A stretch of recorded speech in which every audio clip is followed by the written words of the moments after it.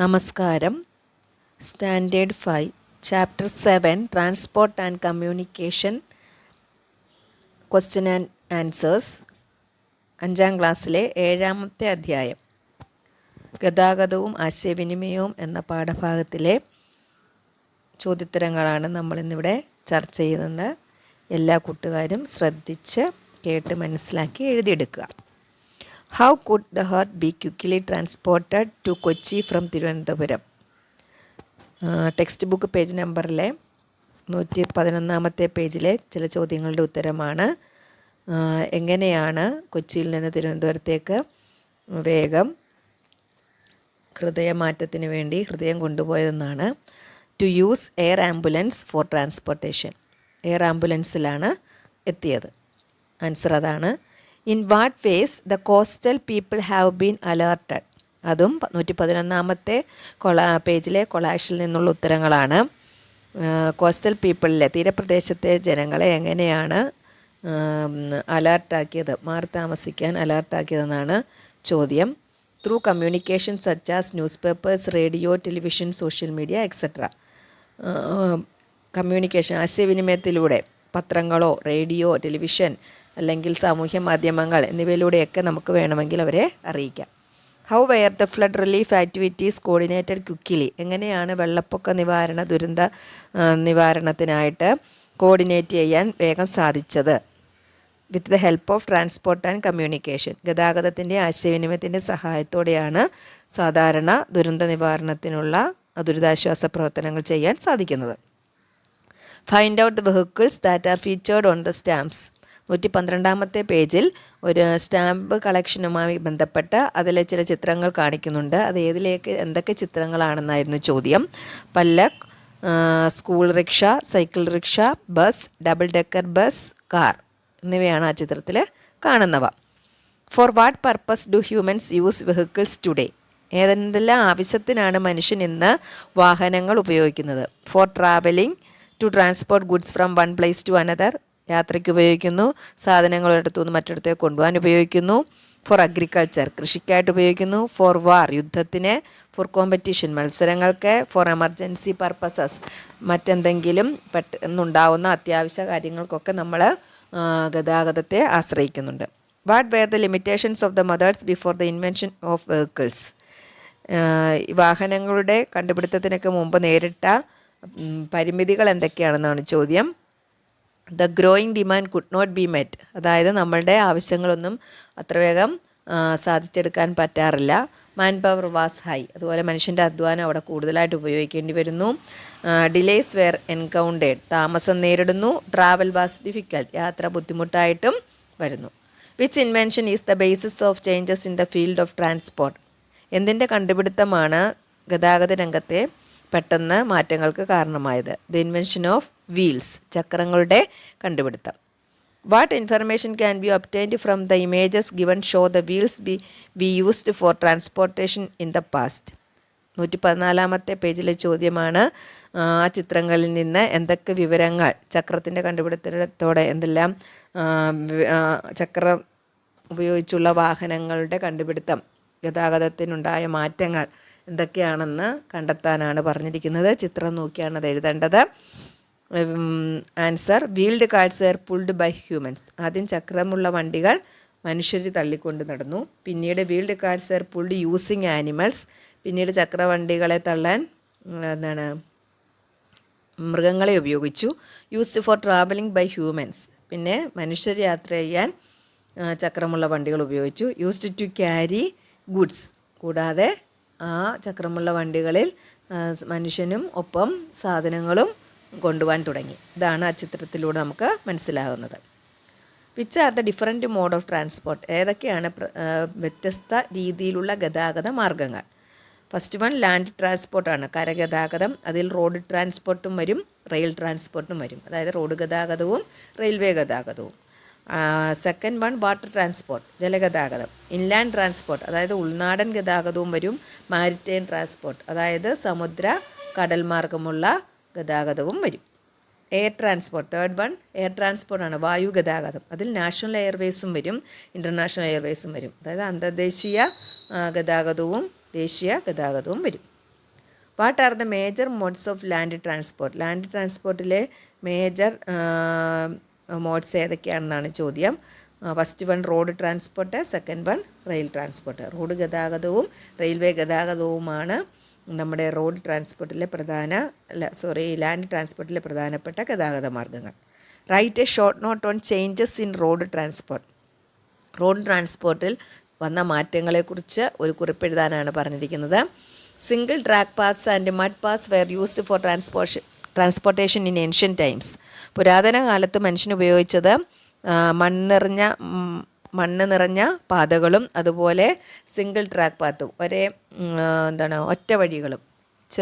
ഒറ്റ വഴികളുമാണ് ഉപയോഗിച്ചിരുന്നത്. Over the passages of time stone paved paths, concrete roads and tarred roads came into existence. കാലം കഴിഞ്ഞപ്പോൾ നമ്മൾ കല്ല് പാകിയ വഴികളും അതുപോലെ കോൺക്രീറ്റ് റോഡുകളും ക്രമേണ ടാറിട്ട റോഡുകളും മനുഷ്യൻ ഉപയോഗിക്കാൻ തുടങ്ങി. Which are the network of roads in our country? നമ്മുടെ രാജ്യത്തെ നെറ്റ്വർക്ക് ഏതൊക്കെയാണ്? രാജ്യത്തുള്ള റോഡുകൾ ഏതൊക്കെയാണ്? റൂറൽ റോഡ്സ് ഉണ്ട്, സ്റ്റേറ്റ് ഹൈവേസ് അതായത് ഗ്രാമീണ റോഡുകളെ, സംസ്ഥാനത്തൂടെ പോകുന്ന ഹൈവേകളെ, നാഷണൽ ഹൈവേ ദേശീയ ഹൈവേകളുണ്ട്, കൂടാതെ എക്സ്പ്രസ് ഹൈവേസും നമുക്കുണ്ട്. Question number 13. Which is the second largest network of the roads in the world? റോഡിൻ്റെ സംവിധാനത്തിൽ ലോകത്തിൽ രണ്ടാം സ്ഥാനം നിൽക്കുന്ന സ്റ്റേറ്റ് ഏതാണെന്നാണ് ചോദ്യം.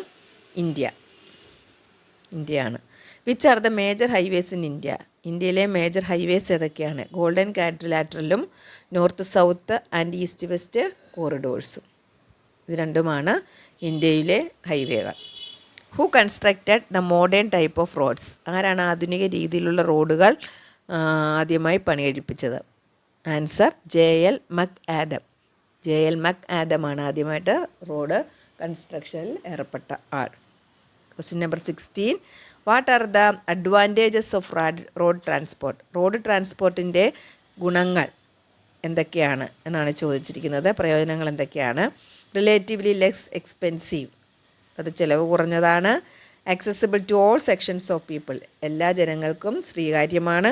Bus suited for short trips, ചെറിയ യാത്രകൾക്ക് ഉപയോഗിക്കാം, അഭികാമ്യമാണ് ചെറിയ യാത്രകൾക്ക് റോഡ് ട്രാൻസ്പോർട്ട്. അതുപോലെ കംഫർട്ടബിളാണ്, സൗകര്യപ്രദമാണ്. മൾട്ടിപർപ്പസ് സർവീസസ്, ഒന്നിലധികം സേവനങ്ങൾക്ക് ഉപയോഗപ്രദമാണ്. ഹിൻഡർലാൻഡ് ട്രാൻസ്പോർട്ട്, അതായത് നമ്മുടെ ഉൾനാടൻ ഗതാഗതത്തിനും രാജ്യത്തിനകത്തുള്ള ഗതാഗതത്തിനും റോഡ് നമുക്ക് ഉപയോഗിക്കാം. Where was the railway system started? എവിടെയാണ് റെയിൽവേ ഗതാഗതം ആദ്യമായിട്ട് ആരംഭിച്ചത്? ഇൻ ബ്രിട്ടനിലാണ്. Who built the first locomotive train engine in 1825? 1825 ആദ്യമായിട്ട് ലോക്കോമോട്ടീവ് ട്രെയിൻ എഞ്ചിൻ നിർമ്മിച്ചത് ആരാണ്? George Stephenson.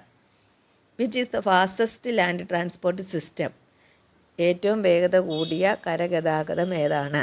റെയിൽ ഗതാഗതമാണ് ഏറ്റവും വേഗതയിൽ പോകുന്ന കരഗതാഗതം ലാൻഡ് ട്രാൻസ്പോർട്ടിൽ. Which is the world's first railway track? ലോകത്തെ ആദ്യത്തെ റെയിൽവേ പാത ഏതാണ്? Stockton and Darlington in England. സ്റ്റോക്ക്ടണും ഡാർലിംഗ്ടണും ഇംഗ്ലണ്ടിലെ. Observe the pictures and write the characteristics of trains in different eras.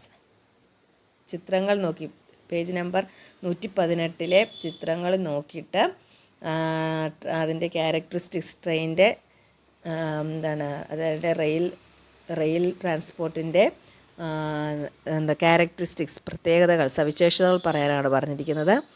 First one, as the train carrying call. ആദ്യത്തെ ചിത്രത്തിൽ നിന്ന് മനസ്സിലാവുന്നത് ട്രെയിന് കൽക്കരി വഹിച്ചുകൊണ്ട് പോകുന്നു. Horse drone train on A special track, പ്രത്യേക തരത്തിലുള്ള പാതയിലൂടെ റെയിൽപാതയുടെ കുതിരകൾ ട്രെയിൻ വലിക്കുന്നു. കോൾ ഫയേർഡ് ട്രെയിൻസ്, അതായത് തീവണ്ടി കൽക്കരി ഉപയോഗിച്ച് ഓടുന്ന തീവണ്ടി.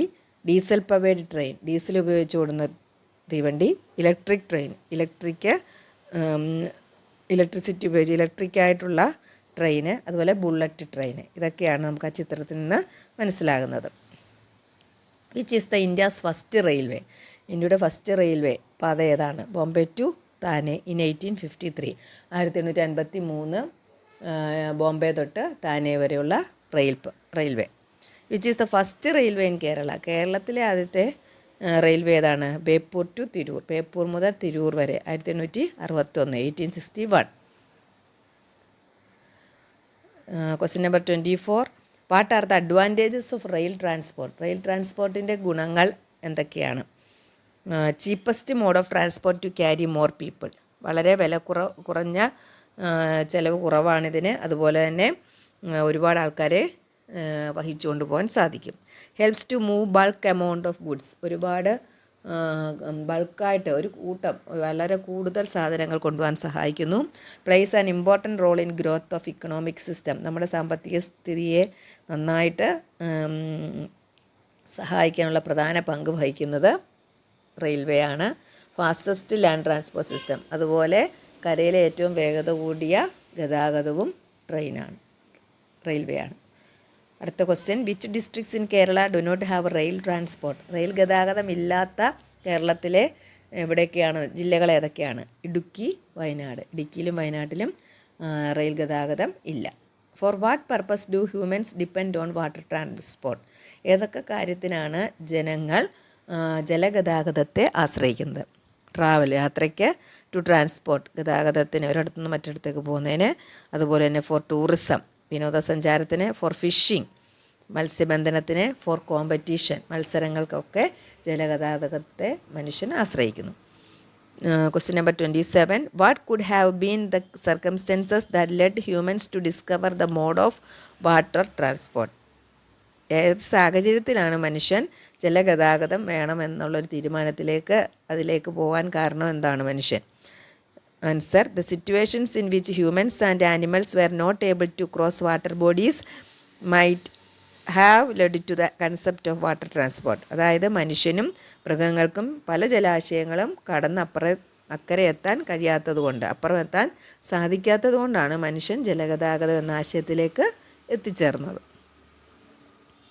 What did man use of water transport in the early days? എങ്ങനെയൊക്കെയാണ് മനുഷ്യൻ ജലഗതാഗതത്തെ നേരത്തെ അതിനു മുമ്പ് മനുഷ്യൻ എന്തിനെയൊക്കെയാണ് ആശ്രയിച്ചത്? Humans who used to rafts and logs made canoes by hollowing out the pith of logs by burning them. അതായത് ചെറിയ തടി കഷ്ണങ്ങളെ കത്തിച്ച് കളയും, പൊള്ളയാക്കി അതിനുള്ളിലാണ് അവരെന്ത് ചെയ്തത്? യാത്രയ്ക്കായിട്ട് തോണിയായിട്ട് ഉപയോഗിച്ചത്. Later the invention of appropriate tools made canoe making easy. പിന്നീട് അവരെന്ത് ചെയ്തു? നല്ല ഉപകരണങ്ങളൊക്കെ കണ്ടുപിടിച്ചപ്പോൾ തോണി ഒന്നുകൂടെ ഉണ്ടാക്കുന്നവർക്ക് ഈസി ആയിട്ട് മാറി. Gradually various types of boats and sailing ships were built. പതുക്കെ അവർ ഇന്ന് കാണുന്ന തരത്തിലുള്ള ബോട്ടുകളും കപ്പലുകളും ഒക്കെ ഉണ്ടാക്കാൻ തുടങ്ങി. ആദ്യകാലത്ത് ആ ഒരു പൊള്ളയായ ഭാഗം ഉണ്ടാക്കുന്നതിന് വേണ്ടി അവർ അതിനെ കത്തിച്ച് കളയായിരുന്നു, ആ തടി കത്തിച്ച് കളയായിരുന്നു ചെയ്തിരുന്നത്. പിന്നീട് ഉപകരണങ്ങളുടെയൊക്കെ കണ്ടുപിടുത്തത്തോടെ ഈസി ആയിട്ട് ബോട്ടും ഷിപ്പും ഒക്കെ ഉണ്ടാക്കാൻ തുടങ്ങി. ഇത്രയുമാണ് 28 ചോദ്യങ്ങളാണ് നമ്മൾ തയ്യാറാക്കിയിരിക്കുന്ന ആദ്യ ഭാഗത്ത്. ബാക്കി ഭാഗങ്ങൾ ഉടൻ തന്നെ ഇടുന്നതായിരിക്കും. ഇത്രയും ഈ 28 ചോദ്യങ്ങൾ നന്നായിട്ട് പഠിച്ച് മനസ്സിലാക്കി എഴുതിയെടുക്കുക. എല്ലാ കൂട്ടുകാർക്കും ചോദ്യോത്തരങ്ങൾ മനസ്സിലായി കാണുമെന്ന് വിചാരിക്കുന്നു. ശേഷം ഭാഗം അടുത്ത ദിവസം തന്നെ നമ്മൾ അപ്ലോഡ് ചെയ്യുന്നതായിരിക്കും. എല്ലാ കൂട്ടുകാർക്കും പരീക്ഷയ്ക്ക് എല്ലാ ആശംസകളും നേരുന്നു. നന്നായിട്ട് എഴുതിയെടുത്ത് പഠിക്കുക.